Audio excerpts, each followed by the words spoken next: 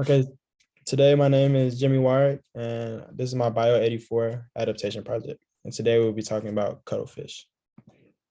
Now, cuttlefish. The etymology of cuttlefish is that they're in the class of cephalotas and in the order of Cepidas. Now, the range they are usually in tropical shallow waters near reefs, such as the Great Barrier Reef in Australia and usually near the equator. So the counterparts are that they are their counterparts are the squid and octopus, and they are one of the many animals that use camouflage in the ocean. Now you might say, how do they use camouflage? To dive deeper into that, their cells are they have chromatophores.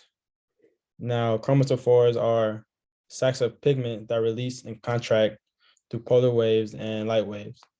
These chromatophores release sacs of pigment that are usually yellow, orange, green, and so on, brown. Now the source, where are these chromatophores? They're all over the skin, all over the body of the cuttlefish. So why do they camouflage? Most people think they camouflage based off predators because they are a smaller animal in the sea, usually by sharks, dolphins, and bigger fish, and even bigger cuttlefish.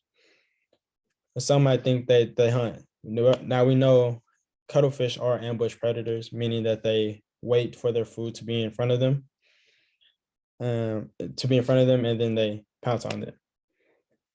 Another theory could be that humans have been eating cuttlefish for many years since we found out how to fish, and they're eating as seafood.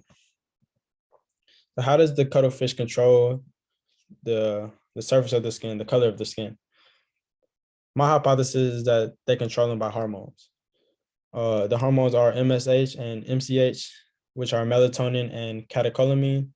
In past studies that we know that in chameleons and lizards and geckos that they use their hormones to change colors of their skin.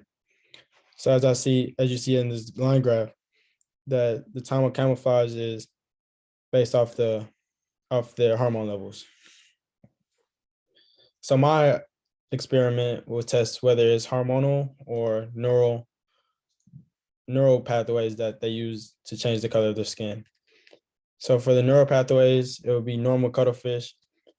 And for the hormonal ones, to test for it just to be in hormonal, we have to genetically modify and a cuttlefish that without the PAC6 protein. The PAC6 protein is the retinal, develops the retinal and helps people form the retinal, the eyes basically.